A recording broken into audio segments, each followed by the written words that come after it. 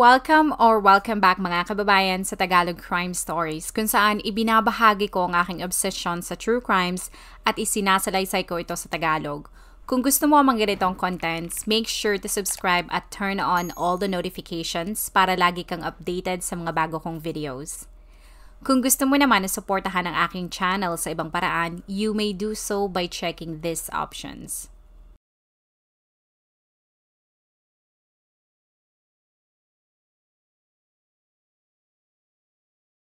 Noong 2014, sa likod ng mga dingding ng isang bahay sa North Carolina, ay naglipa na ang mga daang-daang langaw, mga tambak na dumi ng tao, mga napakaraming mga bulok na parte at bahagi ng mga hayop at tuyong mga dugo. Ang naninirahan sa bahay na ito ay nagpakilalang isang satanista. Ipinagmamalaki niya ang pagsasakripisyo niya ng mga hayop. Binabanggit din niya sa mga tao na siya ay pumapatay at di umano'y inililibing niya ang mga bangkay ng kanyang mga biktima sa likod mismo ng kanyang bahay at ito ay nangyari sa loob ng ilang taon. Pero kahit nandoon na ang mga palatandaan at mga babala, walang mga tao ang sumeryoso sa kanya. Sa mahabang panahon, ipinagpatuloy ni Pazuzu Algarad ang kanyang nakakabahalang mga gawain sa loob ng kanyang maruming tahanan, bago pa madiskubre ng mga otoridad na ang kanyang mga sinasabi ay totoo pala.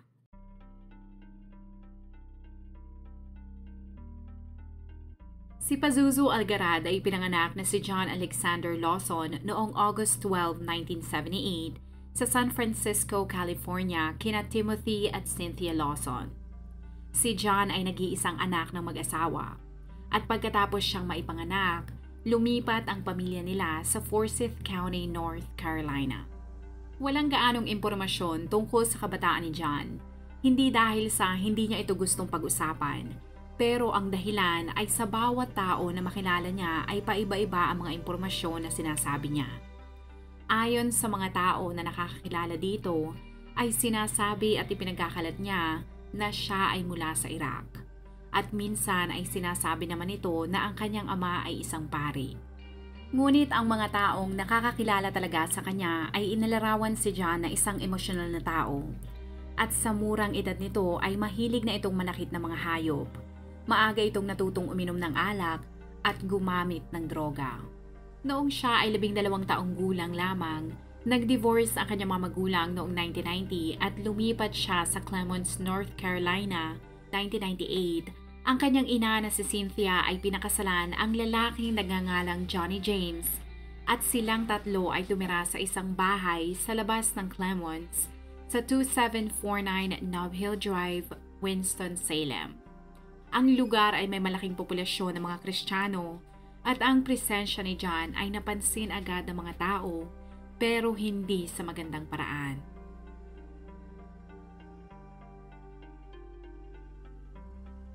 Ang lugar na nilipatan ng kanyang ina at bago nitong asawa ay matuturing na isang maliit na bayan, kaya ang mga kabataan doon ay walang gaanong mapaglibangan. Dahil dito, malimit mag-isa si John at doon ay nabaling ang kanyang atensyon sa mga alak at hindi kalaunan ay natuklasan niya ang Satanism o Satanismo at Black Magic. Karamihan sa kanyang mga kaklase ay nabighani sa mga sinasabi niya tungkol sa Black Magic. At ang atensyon na ito ay ang lalong nagtulak kay John para lalo niyang pasukin ang mundo ng witchcraft at Black Magic. Ang ina ni John ay hindi na nagkaanak at madalas siyang mag-isa dahil laging nasa trabaho ang mga ito. Ito ang naging sanhi kung bakit mahirap makisama si John sa kanyang mga kaklase at nahirapan siyang makipagkaibigan. Ang tanging bagay na nagbibigay sa kanya ng kagalakan ay ang kanyang kakaiba at madilim na libangan. Kalaunan ay huminto si John sa pag-aaral at hindi siya nakapagtapos ng high school. Ayon sa kanyang ina, hindi ito interesado na matutunan ang itinuturo ng mga guro sa paaralan. Pero para sa kanya, ang talagang dahilan ay takot itong lumabas ng kanilang bahay para harapin ang mundo. Idinagdag ng kanyang ina na ito ay nababalisa kapag iniisip ni John na siya ay lalabas ng kanilang bahay na halos mahimatay na ito. Dahil sa matinding anxiety na kanyang nararamdaman, tinangka ni John na gamutin ang kanyang sarili sa pag-inom ng 12-pack ng beer araw-araw. Bukod sa mga alak ay nagsimula na rin siyang sakta ng mga hayop na kanyang makita. Ngunit sa kabila ng mga problema ni John, sinabi ng kanyang ina na hindi ito masamang tao. Ayon sa kanya ay nagkakaroon sila ng pagtatalo katulad ng relasyon ng bawat magulang at anak. Ngunit para sa kanya, ang kanyang anak ay inilarawan niyang isang little warrior. Sa interview kay Cynthia, hindi niya itinanggi na may seryosong problema si John pagdating sa mental health nito. Pero sinabi niya na ginawa niya ang lahat para tulungan ang kanyang anak. Nang mapatingnan niya ito sa isang psychiatrist, ito ay na-diagnose na agoraphobic, schizophrenic at psychotic. Ibig sabihin ay kinakailangan itong maging consistent sa pag-inom ng mga gamot na nireseta sa kanya. Pero dahil sa hirap ng kanilang buhay, ay hindi iyon nangyari. Pero ang sinasabi ni Cynthia ay pinabulaanan naman ng kanyang kaibigan ni si Carmen. Ayon dito, si Cynthia ang dahilan kaya nagkaroon ng problema sa mental health si John at ito din ang dahilan sa marahas nitong pag-uugali. Inilarawan ni Carmen na si Cynthia ay may sarili ding problema pagdating sa alak dahil ito ay di umanong araw-araw na umiinom. Malimit itong iwanang mag-isa si John sa kanilang bahay o kaya naman ay kasama ang ibang tao. Dahil sa ugaling ito ni Cynthia, hindi siya nagtatagal sa kanyang mga trabaho at ito ang naging sanhi kung bakit hindi siya makabili ng gamot ni John. Walang nakakaalam kung totoo ba ang mga alegasyon na ito. Pero ang malinaw na kung ano man ang nangyayari sa loob ng kanilang bahay, lalong lumala ang sitwasyon ni John. Sa pagdaan ng mga taon, naging mahirap ang buhay para kay John. Hindi siya makahanap ng trabaho dahil sa hindi siya nakapagtapos ng high school. Nakapagtrabaho siya minsan bilang isang landscaper, ngunit kinailangan niyang tumigil dahil sa malimit siyang magkaroon ng agoraphobia. Para sa mga hindi pamilyar, ito ay isang anxiety disorder na nagdudulot ng mga panic attacks dahil sa takot na sila ay hindi makaalis o kaya naman ay matakasan ang lugar o sitwasyon na kanilang kinatatayuan.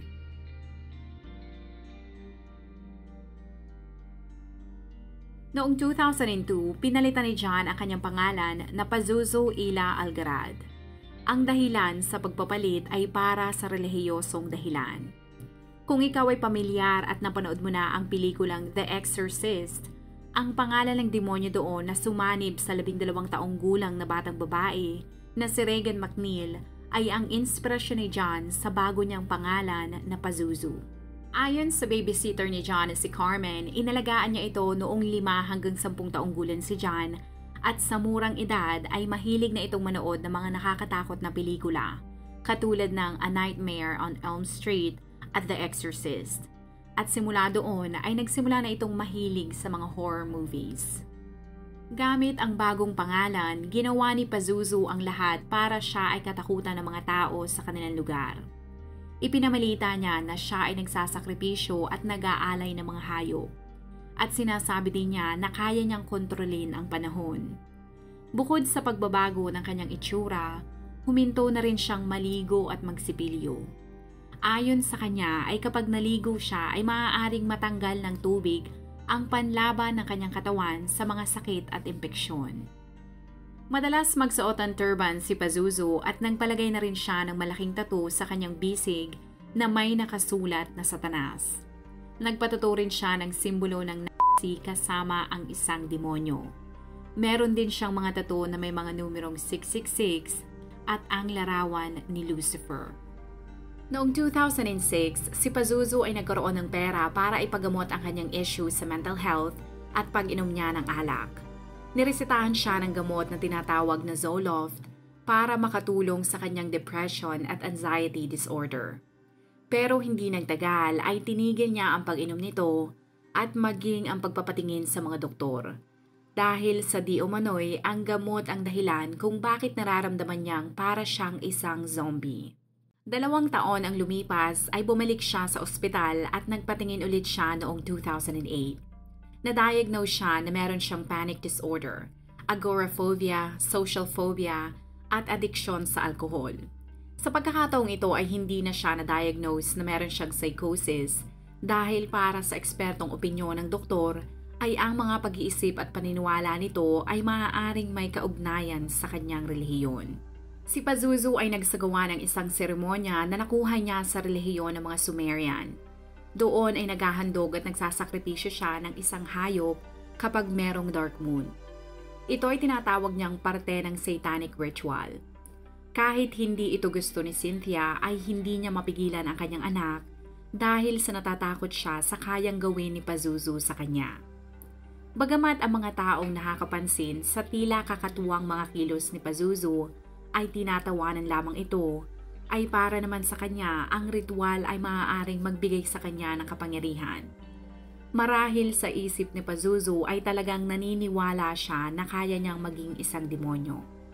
Ngunit kung gusto ni Pazuzu na katakutan siya, maraming mga tao naman ang talagang natatakot sa kanya, katulad ng dati niyang kaibigan na si Nate Anderson. Ayon sa interview kay Anderson, maaaring ang baluktot na paniniwala ni Pazuzu ay hindi para sa lahat. Pero ang karisma nito ay nakakaakit sa mga taong nakakaramdam na sila ay hindi napapansin ng ibang mga tao. Mga taong pinagtatawanan ng ibang mga tao at mga taong gustong mabuhay base sa kanilang kagustuhan. May mga taong pailan-ilan na naging tagasunod ni Pazuzu.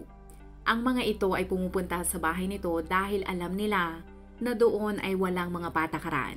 Walang magbabawal sa kanila at doon ay malaya silang gawin ang gusto nila dahil walang pupuna sa kanila. Si Pazuzu ay sikat din sa mga kababaihan. Nagkaroon siya ng maraming mga nobya at karaniwan sa mga babaeng ito ay mga taong wala ng ibang mapuntahan. At isa sa mga babaeng ito ay si Amber Birch. Base sa Facebook, nakalagay na kasal na ang dalawa noong November 1, 2009 kahit hindi sila legal na ikinasal. Si Amber ay mula sa Rock Hill, South Carolina na halos 1.5 oras ang layo mula sa Clemons. Katatapos lang niya ng high school nang makilala niya si Pazuzu at mula doon ay mabilis na nawasak ang buhay ni Amber. Ayon sa kanyang matalik na kaibigan na si Katie Wagner Davis, simula nang magkarelasyon ang dalawa, si Amber ay lumayo na sa kanyang pamilya at mga kaibigan at tumigil na rin itong maligo. Inahit ni Amber ang kanyang kilay at katulad ni Pazuzu ay pinaliit na rin nito ang kanyang mga ngipin. Base sa kanya, kapag nagsasagawa ng ritual sina Pazuzu, ay kinakagat ni Amber ang hayop na kanilang sinasakripisyo at pagkatapos ay sinusugatan ng dalawa ang kanilang mga katawan, sabay iinumin na magkasintahan ang kanilang mga dugo.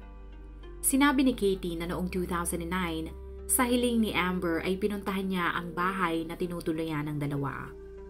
Pagpasok pa lamang niya sa loob ng bahay sa 2749 Nob Hill Drive, ay inilarawan ni Katie na para siyang sinuntok sa tiyan dahil sa nakakasulasok na amoy sa loob nito. Nang binanggit niya ang amoy kay Pazuzu ay sinabi nito sa kanya na ang amoy ay nanggagaling sa mga katawan na nasa basement. Hindi iyon ang una o huling beses na nagbigay ng pahiwatig si Pazuzu na may nangyayari sa loob ng basement ng bahay. Ayon naman sa pahayag ng isa pang kaibigan ni Pazuzu na si Crazy Dave Adams, ang bahay nito ay amoy patay.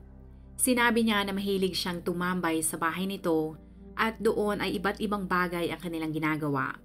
Mula sa paggamit ng ipinagbabawal na droga, pag-inom ng napakaraming mga alak at sinusugatan din nila ang kanilang sarili. Pati ang pag-inom ng dugo ng ibon na kanilang napapatay, doon ay sinabi niya na pinapayagan sila nito na umihi sa carpet. Kahit basagin mo ang TV o hampasin ang isang tao sa ulo ng bote ng beer o ihagis ang kutsilyo sa dingding, ay pinapayagan lahat ni Pazuzu. Ayon sa kanya ay meron itong mga panuntunan kapag ikaw ay pumasok sa loob ng kanyang bahay. Sa harapan ng pintuan nito ay nakalagay na hindi pwedeng pumasok ang mga gang members. Ang mga taong may parehong kasuotan at taong may mga badge at tinatawag ang kanilang mga sarili bilang mga Diyos sa lupa. Para kay Pazuzu, walang karapatan na pumasok ang taong may mga ranggo sa lipunan sa kanyang bahay upang mang-alipusta kanino man dahil naniniwala siya na kinuha lamang ng mga Amerikano ang Amerika sa mga taong katutubo. Si Cynthia ay walang pakialam sa kanilang mga ginagawa kahit ang mga ito ay nagda-drugs, umiinom, nakikipagtalik, at dumudumi kahit saan nila gusto. Ito ay malimit na maglagay sa kanyang sariling kwarto na hindi mo aakalain dahil sa estado at kondisyon ng kanilang pamumuhay. Sa bawat pagkakataon na ang pintuan ng kanilang bahay ay bumubukas, isang nakakasukang amoy ang nanggagaling mula doon. Pero ang mga tao na madalas sa bahay ni Pazuzu ay tila hindi na napapansin ang mga amoy dahil sa langong-lango na ang mga ito sa droga at alak. Hindi lamang inaaliw ni Pazuzu ang kanyang mga bisita sa pamamagitan ng pag-aanay ng mga kuneho at mga ibon. Ngunit siya rin ay sinusugatan ng kanyang sarili at kadalasan ang kanyang mga tagasunod ay sinusundan din anuman ang kanyang gawin. Kaya hindi lamang dumi at ihi ng tao ang nasa loob ng bahay, pero pinaghalong mga dugo ng tao at mga hayop. Bukod doon ay nagkalat din ang napakaraming mga bote, karayom at basura. Ang mga pader ng buong bahay ay puno ng mga posters, larawan at mga simbolo ni Satanas. Pero kahit ganito na ang kondisyon sa loob ng kanilang bahay, si Pazuzu, ang kanyang ina at ang kanilang 5 aso ay patuloy na nanirahan doon. Ayon sa dati nitong kaibigan na si Crazy Dave, madalas siyang makakita ng iba't ibang mga bagay sa loob ng dishwasher. Pero nang tanungin niya si Pazuzu tungkol sa tila mga armas na ito, ay ikinuwento niya na pumapatay siya ng mga pulubi na nakikita niya sa lansangan. Ayon dito ay binabaril at sinasaksak niya ang mga tao hanggang sa mamatay ang mga ito at minsan ay itinago niya ang isang tao sa kanilang basement. Pero kahit inulit na ito ni Pazuzu ng 1 o 2 beses ay walang sumeryoso sa kanya. Ang babae na si Bianca Heath na nanirahan kasama si Pazuzu sa loob ng 1 buwan ay sinabi na lagi nitong binabanggit na siya ay pumatay ng mga tao at pagkatapos ay kinain niya ang mga ito. Nabanggit din ito na nakapatay na siya ng 2 babae na nagtatrabaho sa bar at pagkatapos ay kinain niya ang mga laman loob nito sabay sunog at inilibing niya ang mga ito sa likod bahay nila. Ngunit tulad ng iba, inakala din ni Bianca na nagsisinungaling si Pazuzu para lamang makakuha ng atensyon. Bukod kay Bianca, isang babae din ang lumutang at nagbigay ng nakakagulat na impormasyon tungkol kay Pazuzu. Si Sylvia Labelle ay isang anak ng preacher at aktibo sa kanyang simbahan. Nakilala niya si Pazuzu noong 2009 pero wala siyang direktang kaugnayan dito. Pero sa kung anumang dahilan ay nainganyo siyang pumasok sa bahay nito. Doon ay pinilit siya ni Pazuzu na manood ng isang malaswang video na ginawa nito sa kanyang bahay. Sa video ay natatandaan niya na si Pazuzu ay nakikipagtalik at ito ay may suot ng isang bandana. Ngunit ang hindi alam ni Sylvia ay ang bandana na ito ay pag-aari ng isang lalaking naiulat na nawawala. Bago siya umalis ng bahay, ay sinabihan siya ni Pazuzu na siya ay isang gatekeeper ng impyerno. Kahit ganito ang mga kilos ni Pazuzu, siya ay walang seryosong mga criminal records, bukod sa pailang-ilang pang-aresto sa kanya. Ilan sa mga ito ay ang pagnanakaw niya noong 2008, pero siya ay nabigyan lamang ng probation. Noong 2010, siya ay naaresto ulit dahil sinakal niya ang kanyang ina at sinampal niya naman ang kanyang nobya na si Amber. Pero hindi siya nakulong dahil hindi nagsampa ng kaso si Cynthia. Sa parehong taon, June 7, 2010, doon siya nagkaroon ng seryosong kaso dahil ang mga kapulisan ay natagpuan ang bangkay ng 30 taong gulang na si Joseph Chandler malapit sa Yadkin River. Sa inisyal na investigasyon, ito ay lumalabas na binaril. Agad dinakip si Pazuzu dahil ito ay madalas na tumambay sa Yadkin River at doon niya madalas gawin ang kanyang mga ritual kung saan ay pinapahirapan niya at pinapatay ang mga hayop. Pero pagkatapos ng masusing investigasyon, hindi nahatulan ng murder si Pazuzu pero siya ay pinatawan ng kasong accessory to the crime dahil pinatuloy niya sa kanyang bahay ang totoong suspect na si Nicholas Rizzi. Ngunit katulad ng iba niyang mga hindi gaanong seryosong mga krimen, siya ay binigyan lamang ng probation at nakalaya din ito. Sa parehong araw na inaresto si Pazuzu, sumailalim siya sa isang psychiatric evaluation sa Dorothea Dix Hospital sa Raleigh, North Carolina. Bago siya pinalaya, isinailalim siya sa alcohol detoxification at binigyan din siya ng gamot para sa high cholesterol at mga antibiotics para sa sugat at mga paso sa kanyang braso. Ang diagnosis ng psychiatrist sa ospital ay meron siyang agoraphobia at schizophrenia. At sa pangalawang pagkakataon, Ang anxiety o pagkabalisa nito ay dulot ng lagi itong nasa loob ng kanyang bahay na parang isang bilanggo. Nakalagay din sa diagnosis ng doktor na posible din na ito ay merong personality disorder. Pagkatapos ng mga test, inirekomenda ng eksperto na bago siya pakawalan, ay kailangan niyang dumaan at tapusin ang mental health treatment at treatment para sa addiction niya sa alak. Pero pagkatapos niyang makawala ay hindi nagtagal, bumalik agad ito sa dati niyang gawi. Nang makalaya si Pazuzu, ang mga kapulisan ay nakatanggap ng tip na ito ay laging nagsasagawa ng satanic rituals kung saan nagsasakripisyo ito ng mga hayop. Kaya ang mga kapulisan ay binantayan ang bawat galaw nito.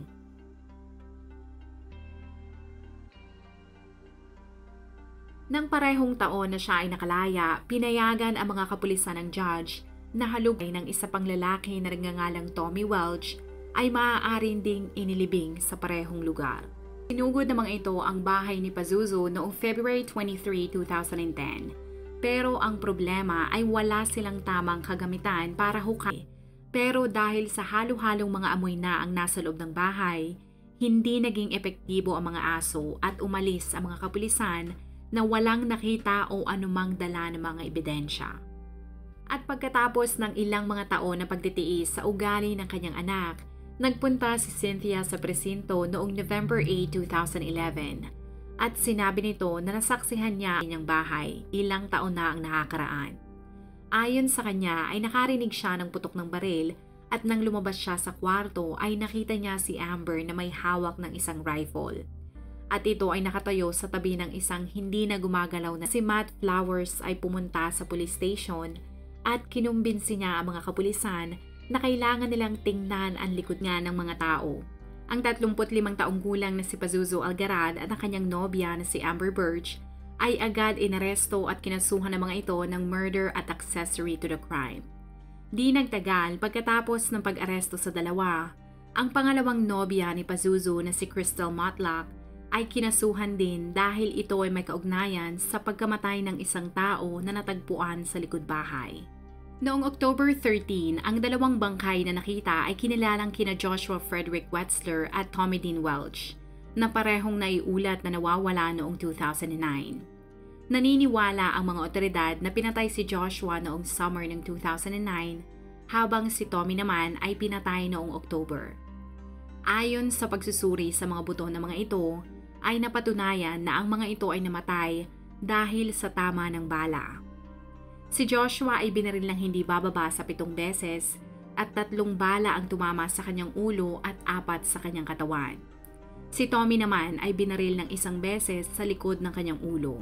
Ginawa ng media ang lahat na kanilang makakaya para ma-sensationalize ang lifestyle ni Pazuzu. At dahil dito ay marami ang tila nakalimutan na ito ay may malubhang sakit sa pag-iisip. Maaaring sa isip ni Pazuzu ay tunay na naniniwala talaga siya na siya ay isang demonyo na nakakakuha ng kapangyarihan sa pamamagitan ng pagsasakripisyo ng buhay. At ang pag-aalay naman ng mga hayop ay maaaring magbigay sa kanya ng kapangyarihan. Sa kalagitnaan ng issue, ang mga taong nagpa-practice ng Satanism ay nagbigay ng statement na maging sila ay hindi nila sineseryoso ang mga ginagawa at sinasabi ni Pazuzu dahil para sa kanila ito ay may malalang sakit sa pag-iisip.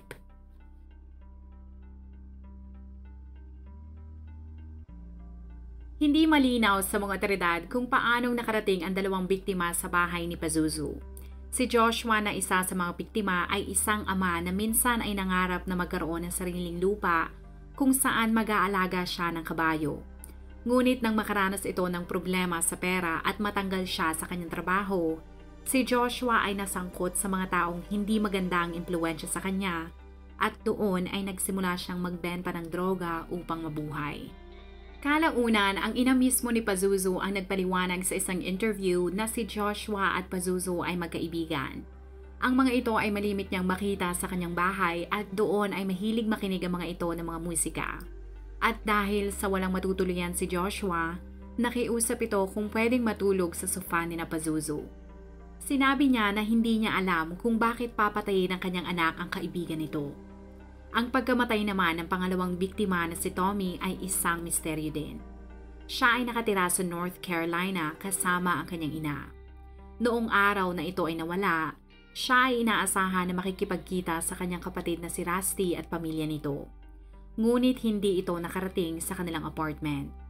Sa loob ng napakaraming mga taon, hinanap siya ng kanyang pamilya pero tila ito ay naglaho na lamang na parang bula.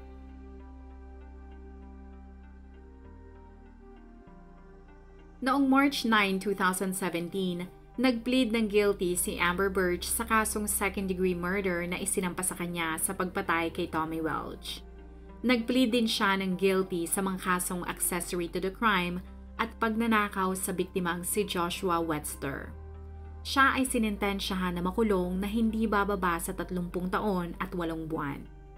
Ang isa pang nobya ni Pazuzu na si Crystal Matlock ay nag-plead din ng guilty noong June 5, 2017. Siya ay sinintensyahan ng hindi bababa sa 3 taon at 2 buwan na may maximum na 4 na taon at 10 buwan. Ngunit hindi tulad ng kanyang mga kasintahan, si Pazuzu Algarad ay hindi naman humarap sa korte. Noong October 28, 2015, halos eksaktong 1 taon matapos madiskubre ang mga bangkay sa kanyang tahanan, ay natagpuan nitong wala ng malay sa kanyang selda at ito ay may malaking sugat sa kanyang braso. Agad siyang isinugod sa ospital pero hindi na ito na-revive. Ang mga detalye tungkol sa pagkamatay ni Pazuzu ay hindi isinapubliko ng mga otoridad pero ang mga tao ay hindi napigilan na magtanong kung paano ito nakakuha ng gamit para mahiwa ang kanyang braso. Pero ang mga taong nakakakilala kay Pazuzu ay para sa kanila dahil sa matatalas ang mga ngipin nito ay kinagat niya ang kanyang sarili hanggang magkaroon ng malaking hiwa sa kanyang kaliwang braso at ang pagdudugo ay napabayaan na naging sanhi ng kanyang pagkamatay. Ang iba naman ay malaki ang duda sa nangyari dito at hindi nila maiwasan na magtanong kung may kinalaman ang mga kapulisan sa nangyari. Si Patricia Gillespie na na-interview sa show na nagpalabas sa buhay ni Pazuzu ay sinabi na dapat managot ang mga kapulisan.